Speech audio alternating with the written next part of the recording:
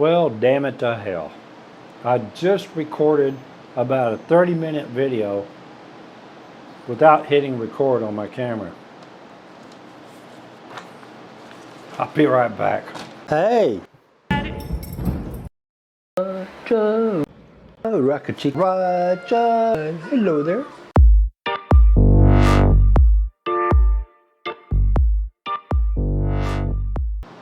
Eso do muchacho, Rocket Chica Roger, ring-a-ding-a-ching-a-bingo. Oh, hello there.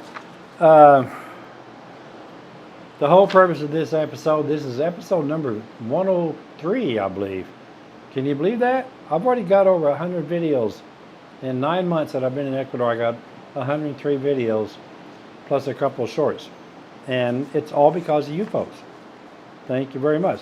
If you like this channel, please subscribe. If you like this video, please give a thumbs up. And if you want to be notified when I post the next video, assuming I record it, hit that bell, okay?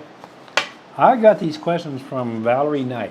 I got an email from her with all these questions, and there's 12 questions, and they're good questions.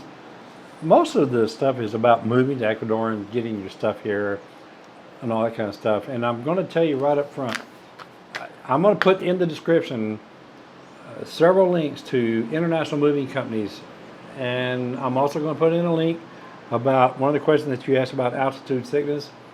Folks, please read the description. I put a lot of information in the description. It's there for you.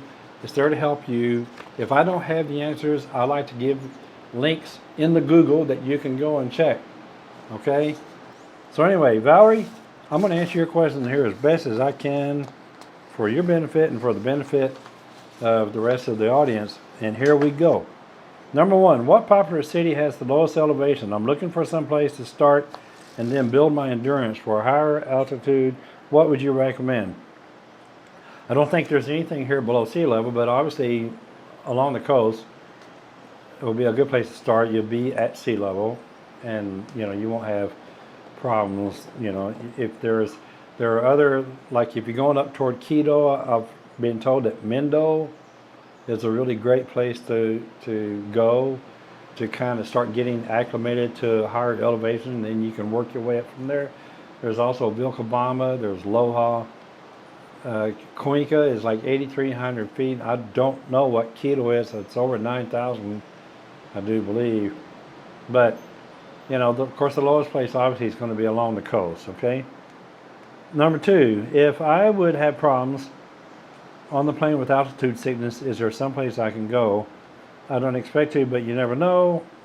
My answer, yes, you can go down. But in the first place, you're not going to have problems with altitude sickness on an airplane. Unless you're flying in a DC-3 that's not pressurized, but even at that, I don't think they fly any higher than probably 20,000 feet. I don't know. So, but in a modern airplane, you're not going to have a problem with altitude sickness because it's pressurized at 6,000 feet or something like that, or maybe 3,000 feet. I don't know. It's pressurized, so you don't have problems with altitude sickness. I am putting a link in the description from WebMD. Pretty good article about altitude sickness. I encourage you to read it. Encourage everybody to read it. Okay? I don't think you're going to have a problem with it on the airplane. You could have a problem with it when you get up in the higher elevation here, but just take it easy for the first few days and drink lots of water. Don't overdo it. Okay? You have to give your body time to acclimate to the altitude. Number three, do they have a storage area for furniture? I have household items, but I don't expect to find a place I want to live in permanent basis in the first 6 months. Well, why not? You could. There are lots of vacancies here. There's vacancies all over this country. I'll bet you money you'll find a place in 6 months, unless you're so damn picky that you can't be happy with anything. If you're so picky you can't find anything within the first 6 months, there is a problem. I don't know of any storage areas. If you use a container or a lift van, maybe the shipping company can have a place to store your stuff.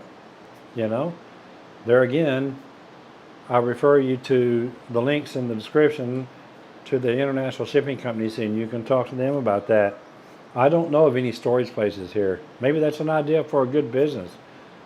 You know, I don't think the Ecuadorian people use storage places here, and I don't know. I just have not seen any, and I've seen other people. I've read other people asking about them. I have not gotten an answer on that. So that's my best answer. I just don't know, to tell you the truth, Valerie. But that's a good question for an international moving company, and I did provide the links. I've got 1, 2, 3, 4, 5, 6 links in the description to moving companies. You can find out all kinds of information about stuff like that. Number 4, when I come down there to live, there are household items I'm going to need immediately and household items I'll need once I get settled. Do I have to bring everything in the first 90 days, or can I have a lift van to transport what I need immediately and then have the rest of my stuff sent later? I'm not really sure how this works. Try to ship everything at one time. When you come here and start looking for a place to live, here's the best thing to do, in my opinion. Get an Airbnb, get a short-term rental place, get a realtor, and go find you a place to live. You're not gonna have any trouble finding anything, especially in the bigger cities like Manta or Cuenca or Quito. I'm seriously, I don't think you're gonna have any problem.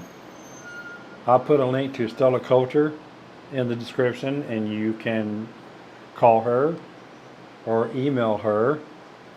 I'll put her WhatsApp number and her email. I have her permission to do that, and you can talk to her about this.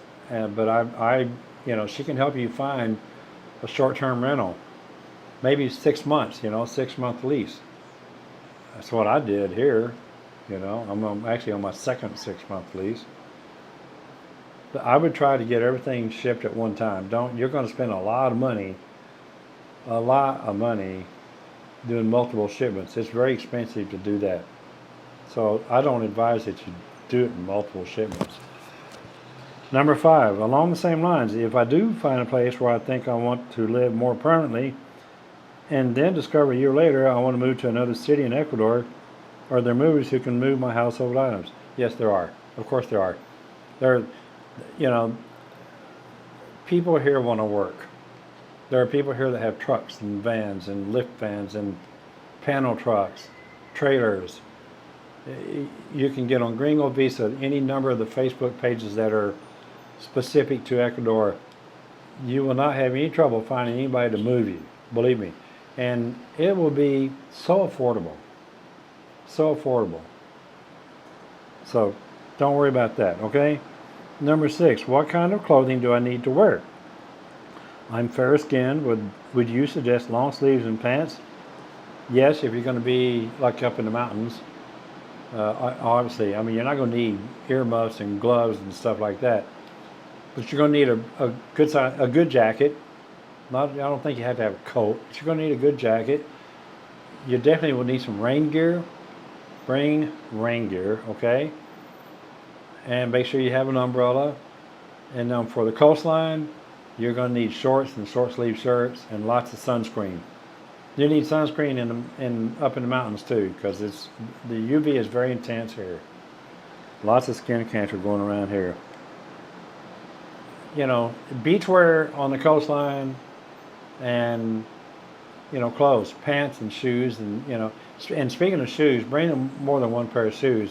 You're going to do a lot of walking here, so make sure you got good quality walking shoes. Don't go buy bargain shoes. Get good quality Nike or New Balance walking shoes, and get 2 pairs. Okay.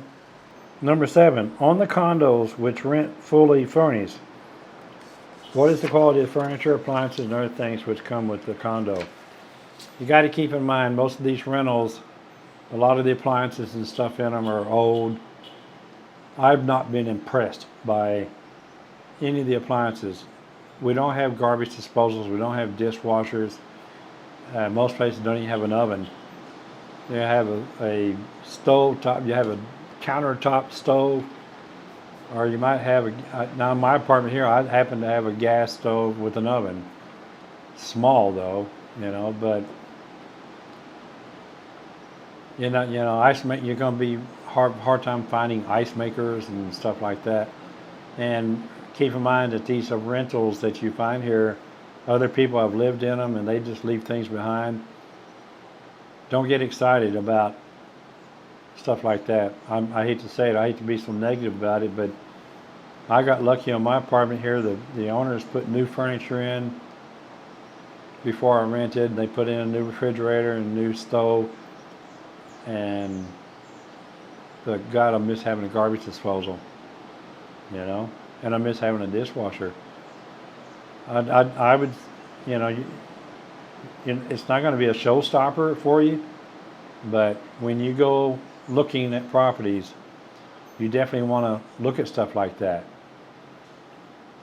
The first apartment that I had here in Torrey Marina, the apartment down below where I'm at right now, had an electric stove top, and the platters were so corroded and rusted up, I couldn't hardly get any heat transferred to them. I couldn't even boil water on two of the burners.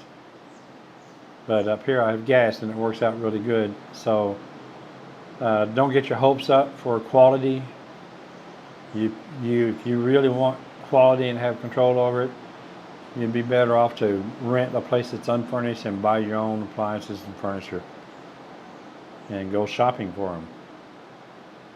You can find them here because they're here. There's good quality stuff here, but in furnished apartments around here, I've not been impressed with what I've seen so far. Number 8, how secure are the condos? I know they all say they have security, but what does that mean? Some 80-year-old man waving at people as they come in, or do they have gates, security cameras, etc.? Yes, security is a very serious thing here. Guards are not 80-year-old men with no teeth. They are, in the building that I live in, they have 4 guards that rotate, and they're here 24/7. And they lock the doors. They don't let anybody in that doesn't belong here. There's a gate that goes into the parking garage. Everything is secure. Security is a big thing here for obvious reasons. I'm not going to say it's because of crime, but security is a big thing here. You can formulate your own opinion about why. They do have crime here. They have crime everywhere. Number 9, do you have any advice on what to look for in a condo or place to live?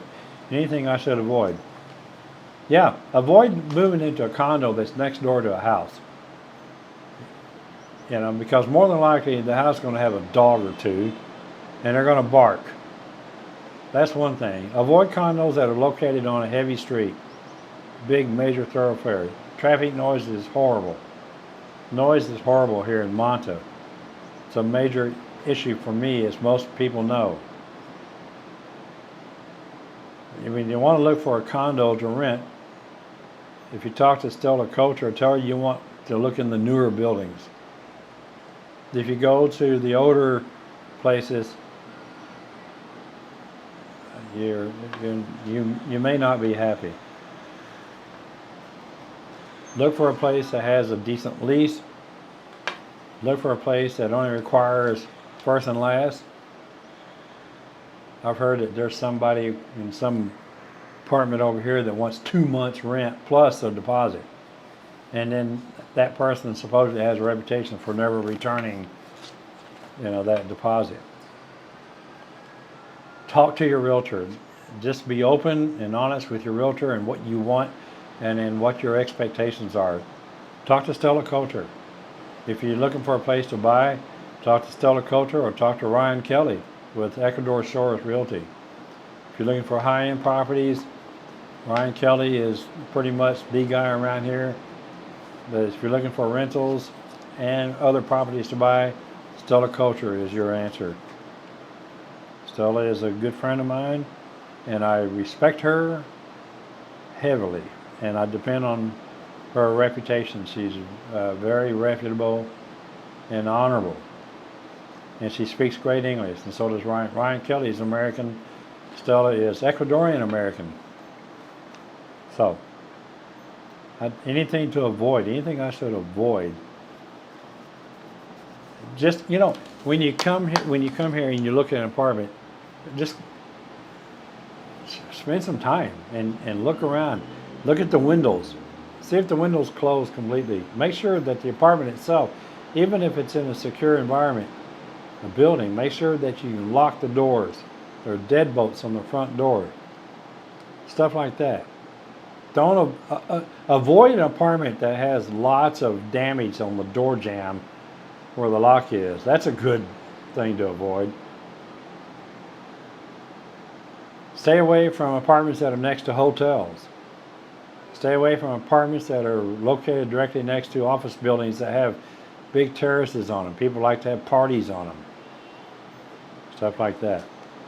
If you're looking for an apartment and you're going to have a car here, make sure you find one that has underground parking, that's secure, that has a gate that has to be open for you to get in, and it closes and locks behind you. Number 10, in looking at some of the homes in the area for rent, I noticed that many of them are built wonky. I like that word, wonky. Closets in the wrong place, bathrooms where you have to walk sideways, yeah. Oven, refrigerator, sink don't have any rhyme or reason to placement, etc. Is this true of more modern condos, or is this everywhere? It is not true of the more modern condos. The more modern condos are more spacious and they're more modern. I mean, they have nice kitchens in them with big countertops and lots of cabinet space and stuff like that. But not like the place I have here. I don't know how old this building is, but it's older than I really want it to be. I have no cabinet space in the kitchen. I barely got room for anything. And the sink, there's an electrical outlet right above the sink. There's an electrical outlet that's above the cabinet up by the ceiling that I have no clue how I could stick anything into it. Like my shower. I have to turn sideways to get into my shower. So I hear what you're talking about. Like in my building here, in one of my bathrooms, I have to walk in and close the door to get to the light switch on the wall.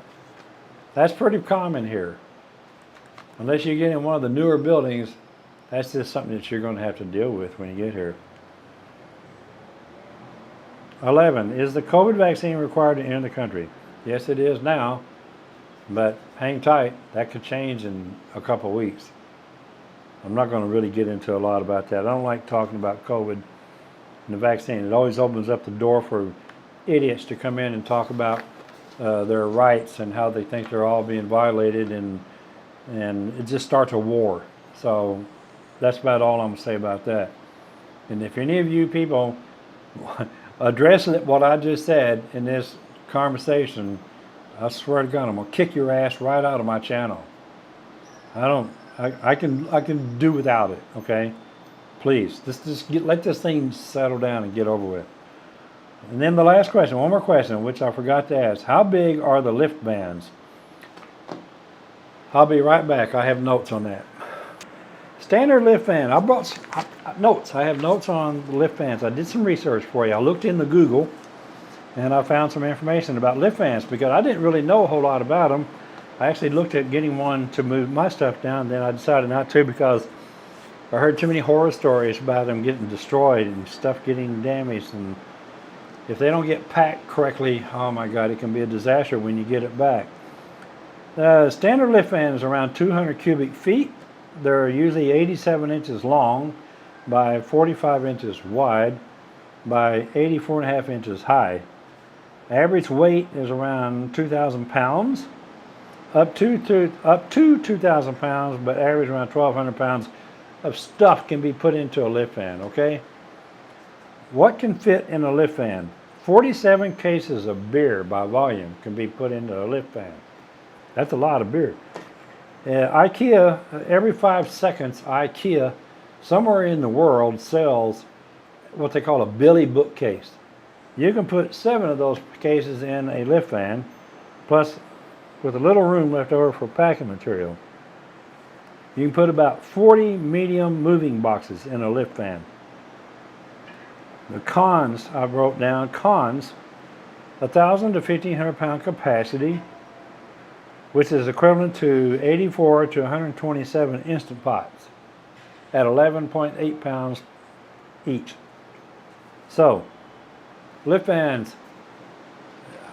Listen. I have friends here that ship their household in a container, and a good friend of mine in Cuenca had a beautiful marble countertop that the top of his entertainment center. His TV sits on top of it. It's like that thick. I mean, it's beautiful. I've never seen such a beautiful piece of marble. And he had it brought over from Houston on a container, and there's a big old crack right up the middle. They cracked this thing right in two. Somehow, you know. Keep in mind, I don't know where you're coming from, Valarie, but you know, it's a long ways to Ecuador, and your stuff is going to get trucked, put on a ship, taken off the ship, put in customs. It's going to be moved around a lot, and stuff really needs to be packed correctly, and then it also needs to be packed in such a way that it's easy for customs to get into it and go through all your stuff. I came to the conclusion that it was easier for me to just get rid of my stuff and come down here and buy what I need here. I came here as a minimalist, and I couldn't be happier. So anyway, so that's it. That's 12 questions and answers. I hope that helps you, Valarie. If it doesn't, please email me. I'll dig deeper into more information if you want me to. Be happy to help you. Remember, folks, if I can help one person a day, if I go to bed at night and know that one person benefited from watching my channel, it's made my day. I don't have to have any money. It just makes me happy to know that I helped somebody avoid the disasters that I went through, and I helped somebody enjoy some of the same things that I enjoyed in my migration to Ecuador. With all that said, from Manta, Ecuador, on a really, now it's starting to get pretty sunny out. Thanks for watching. Ciao.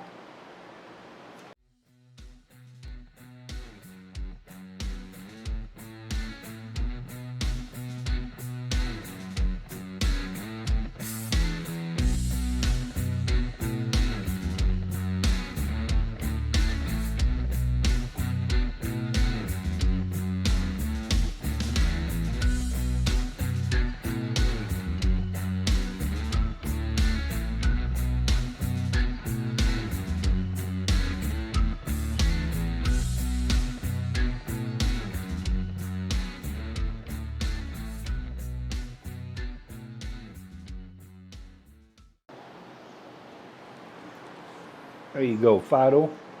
Catch that from the 9th floor. You can even play. I never understood. Thank you very much. Appreciate it. Do that one more time. I'll come down there and pepper spray your radiator. Shit, I completely lost track of where I was at. Talk to. There's a bee buzzing me. I thought I was going to get attacked. I hope he's gone. He's probably going to land on top of my head and sting the crap out of me. Right on the back of my head. I got one little bald spot in the back of my head. And that bee has probably got his sights on it. Number 4. I'm sorry. Excuse me. I'll cut that out. Oh, no wonder I can't see that. You have rang the bell and crap.